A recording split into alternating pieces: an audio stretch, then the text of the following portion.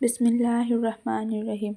আসসালামু আলাইকুম। আশা করি আল্লাহর অশেষ রহমতে আমার এই ভিডিওটি যে দেখছো সবাই অনেক ভালো আছো। আজকে আমি তোমাদের সাথে নিয়ে আসলাম একটি সুন্দর ডিমের পকোড়া রেসিপি। আসলে যাদের বাড়িতে বেগুন বা কোনো পেঁয়াজের ঝামেলা ছাড়া তোমরা সুন্দর করে বড়া মারাতে চাও, তারা আমার এই রেসিপিটি দেখে এইভাবে ডিমের পকোড়া বানালে একদম ভেতরে ক্রিস্পি এবং উপরে হবে মুচমুচে। যদি এইভাবে কেউ আমার মতো করে এই বড়াটি বানাতে চাও তাহলে আমার এই ভিডিওটি পুরো দেখে যাবে। আমার এখানে বড়া বানানোর জন্য আমি নিয়ে নিলাম প্রথমে চাল। এখানে আমি 2 প্রকারের চাল নিচ্ছি। ভাতে রান্না করার জন্য যে চাল ব্যবহার করি সেই চাল, আর হচ্ছে আউলা চাল। তারপর আমি মাঝারি সাইজের 3টা ডিম ভেঙে নিয়েছি। তারপর আমি চালগুলোকে সুন্দর করে ভিজিয়ে নেব। ভিজিয়ে আমি 10 মিনিটের মতো রেখে দেব। 10 মিনিটের মতো রেখে দিয়ে তারপর আমি এগুলোকে সুন্দর করে ধুয়ে নেব। ধুয়ে একদম পরিষ্কার পানি বের করে নেব, যাতে এর ভেতরে কোনো ময়লা না থাকে। এটা আমি ধুয়ে নেব। এখন এই যে সুন্দর করে আমি ধুয়ে নিয়েছি। ধুয়ে পরে আমি এগুলোকে এই চাল দিয়ে বড়া বানানোর জন্য সুন্দর করে ব্যাটার বানিয়ে নিব। তার জন্য আমি চালগুলোকে দিয়ে দিলাম ব্লেন্ডারে ব্লেন্ড করার জন্য। তোমরা এটা যদি ব্লেন্ডার করে না চাও তাহলে যদি তোমাদের ঘরে গুঁড়ো থাকে, চালের গুঁড়ো অথবা চাল ফাঁকি করা, তোমরা সেগুলো দিয়েও বানাতে পারো। আসলে আমার ঘরে ছিল না, তাই আমি এগুলোকে সুন্দর করে ব্লেন্ডার করে নিলাম। এই দেখো আমি এইভাবে ব্লেন্ডার করলাম, কারণ আমি এখানে পরে আটা মিক্স করব, তার জন্য আমি একটু পানি নিয়েছি। তারপর আমি দিয়ে দিলাম কয়েকটা কাঁচামরিচ, যাতে ফ্লেভারটা সুন্দর হয়। তারপরে ডিমগুলো দিয়ে আবার ব্লেন্ড করে নিলাম। ব্লেন্ড করে নেওয়ার পর একটা মিক্সিং বলে এটা ঢেলে নিলাম। এই দেখো, এটা ঢেলে নেওয়ার পর আমি এর মাঝে দিয়ে দেব কিছু আটাটাকে আমি অল্প অল্প করে সুন্দর করে মিশিয়ে নেব। দেখো, আমি আটাকে অল্প করে দিয়ে এই পর্যায়ে আমি মিশিয়ে নেব। মিশিয়ে যখন দেখা যাবে যে এটা একটু হাত দিয়ে উপর দিকে তুলে নিচে একটু মনে হচ্ছে যেন ক্রিস্পি, তখন এটাকে আমি করা বন্ধ করে দিব। এই দেখো, আমার হাতের গুলা দেখে বুঝতে পারছো যে কেমন হবে ব্যাটারটা।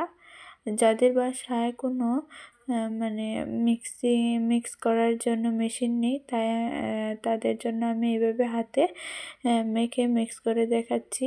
তোমরা দেখেই বুঝতে পারবে। এই দেখো, এই যে উপর থেকে তুললে যেন এইভাবে পড়ে, তখন আমি এটাকে মিক্স করা বন্ধ করে দেবো। তারপর আমি দিয়ে দেব পরিমাণ মতো মশলা। আমি এখানে দিয়ে দিলাম 1 চা চামচ মরিচ গুঁড়ো, 1 চা চামচ ধনে গুঁড়ো, আর দিয়ে দিলাম হাফ কাপ চামচ হলুদের গুঁড়ো। তারপর দিয়ে দিলাম হালকা জিরা গুঁড়ো। তারপর আমি স্বাদ মতো লবণ দিয়ে দিলাম। তারপর এগুলোকে আবার আমি মিশিয়ে নেব। এই দেখো কেমন আমার মিক্সিংটা কেমন হচ্ছে, দেখতে পাচ্ছ। যখন এটা আমি ধীরে ধীরে সুন্দর করে আমি মিশিয়ে নেব, যাতে এই ব্যাটারটার মধ্যে কোনো রকম দোলান পাকি না থাকে। তার জন্য আমি এটাকে সুন্দর করে ধীরে মেখে নেব। তারপর এই দেখো, আমি দিয়ে দিলাম বেকিং সোডা দিয়ে, তারপর এখানে হালকা আমি ময়দা দিয়ে দিলাম। তোমাদের বাসায় যদি ময়দা না থাকে তাহলে যদি বেসন থাকে বেসন দিতে পারো, অথবা চালের গুঁড়াই দিয়ে দিতে পারো। আসলে আমার এখানে বেসন ছিল না, তাই আমি ময়দা দিয়ে দিলাম। তারপর ময়দা দিয়ে সুন্দর করে এইভাবে মেখে নিলাম। তারপর চলে আসলাম এটাকে ফ্রাই করার জন্য। তা এখানে আমি ডুবো তেলেতে ভাজবো, তার জন্য আমি তেল দিয়ে দিলাম। তেলটা গরম হওয়ার জন্য আমি কিছু সময় রেখে দেব। এই তো আমার তেলটা দেখতে পাচ্ছ গরম হয়ে গেছে। এ পর্যায়ে আমি বড়াগুলোকে দিয়ে দিব। তোমাদের এই বড়াটা যেরকম ইচ্ছে শেপ দিতে পারবে, আমি আমার মন মতো শেপ দিয়ে নিচ্ছি। এই দেখো আমার বড়াটা এক এক করে আমি সবগুলো বড়া দিয়ে দেব। দেখতেই পাচ্ছ তেলটা কতটা গরম হয়েছে। ধীরে ধীরে এটা সুন্দর নিচ দিক দিয়ে উঠে চলে আসছে। এইরকম তেলে ভাজতে হবে। এখন আমার নিচের দিকটা হয়ে গেছে। এই পর্যায়ে আমি বড়াগুলোকে উল্টিয়ে নেব। আমি এইদিকে একটু জায়গা ছিল তাই এখানে আরেকটা দিয়ে নিলাম। আমি এখন উল্টিয়ে নিচ্ছি। এই দেখো সুন্দর করে উল্টিয়ে নেব। নিচটা হয়ে গেছে। আমি কিন্তু এখনই এটাকে সবগুলো সুন্দর করে উল্টিয়ে দেব। উল্টানোর পর তার পরের পাশটা আবার সুন্দর করে উল্টে দেব। এই দেখো আমার ওই পরের পাশটাও সুন্দর হয়ে গেছে। আমি আবার সুন্দর করে উল্টে নেব। এই দেখো এইদিকে কত সুন্দর লাল লাল হয়ে গেছে। তারপর আবার আমি উপরের পাশটা নিচে দিয়ে দিচ্ছি সুন্দর করে নিচের পাশটাও ভাজার জন্য। এই দেখো কত সুন্দর লাল লাল হয়ে গেছে। এই পর্যায়ে আমি একটা প্লেটে এটা সুন্দর করে তুলে নেব। তার জন্য প্লেটে সুন্দর দুটো টিস্যু নিয়ে নিলাম, যাতে আমার তেলটা গায়ে না লেগে যায়, টিস্যুতে লেগে থাকে। আসলে যেহেতু আমাদের গ্যাস্ট্রিক হয় তেল বেশি খেলে, তার জন্য আমি সুন্দর করে এইভাবে রেখে দিচ্ছি। এই দেখো কত সুন্দর হয়েছে, এই দেখতেই পাচ্ছ।